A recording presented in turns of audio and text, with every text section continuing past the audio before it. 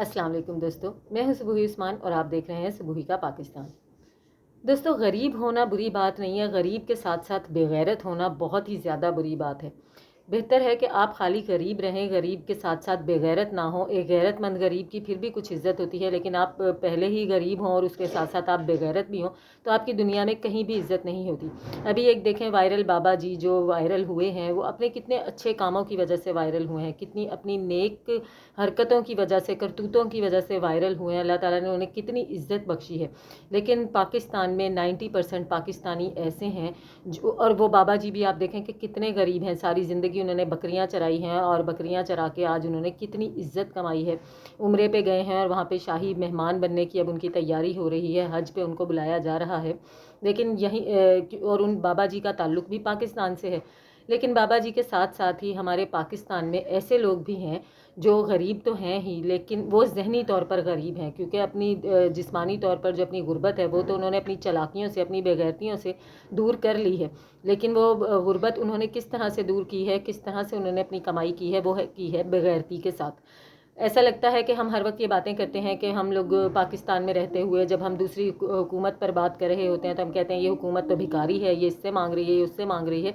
लेकिन हुकूमत के ओहदेदार जो हैं वो बाहर लोगों से मांगते हैं, और हम पाकिस्तान हुकूमत के जो ओहदेदार हैं वो पाकिस्तान में रहते हुए बाहर के लोगों से मांगते हैं, और जो पाकिस्तानी अवाम है वो बाहर के मुल्कों में जाकर लोगों से मांगती है। दुबई पुलिस ने जो है 324 लोग पकड़े हैं और जिनको पकड़कर थानों में बंद किया गया है। अब इनको थाने में बंद क्यों किया गया है, आपको सुनकर बहुत ही ज़्यादा खुशी होगी, आपका सर फ़ख्र से शायद बुलंद हो जाए, बिल्कुल इसी तरह से जिस तरह पाकिस्तान के जो बाबा जी हैं अब्दुल कादिर बख्श, जिनकी वजह से हमारा सर फ़ख्र से बुलंद हुआ है। तो हो सकता है कुछ लोग हों जिनका सर इस बात से भी फ़ख्र से बुलंद हो जाए। ये जो 324 लोग हैं, इनमें से तकरीबन 219 लोगों का ताल्लुक़ पाकिस्तान से है।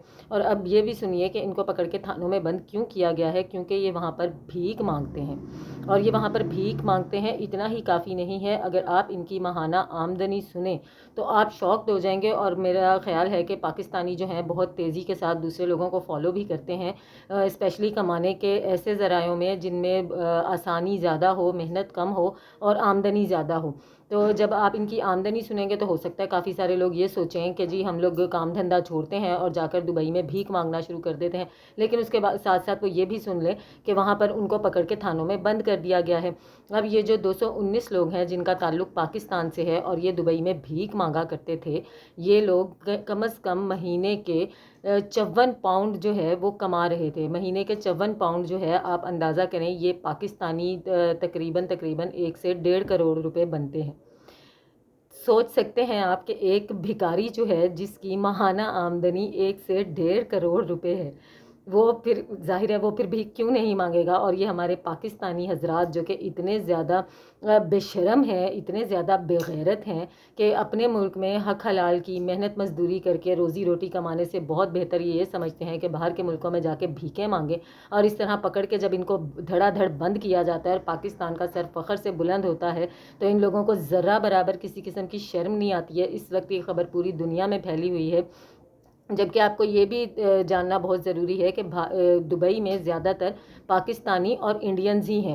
पहले नंबर पे जो ज़्यादा तादाद है वो इंडियंस की है, दूसरे नंबर पे जो ज़्यादा तादाद है वो पाकिस्तानियों की है। लेकिन इंडियंस वहाँ पर भीख नहीं मांग रहे हैं, पहले नंबर पे भीख मांगने वालों में जो तादाद है वो पाकिस्तानियों की है। यानी कि पाकिस्तान से जितने लोग भी दुबई जाते हैं, मेरा ख्याल है अगर 50% जाते हैं तो उसमें से 45% जो है दुबई में जाकर सिर्फ़ और सिर्फ भीख मांगते हैं।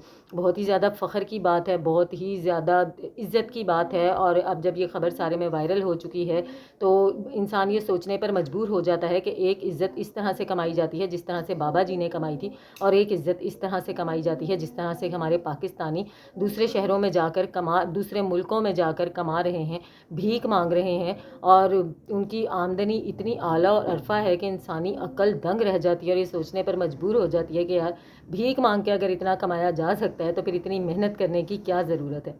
आप लोगों की इस बारे में क्या राय है मुझे ज़रूर बताइएगा। मिलती हूँ आपसे अपनी अगली वीडियो में, तब तक के लिए अल्लाह हाफ़िज़।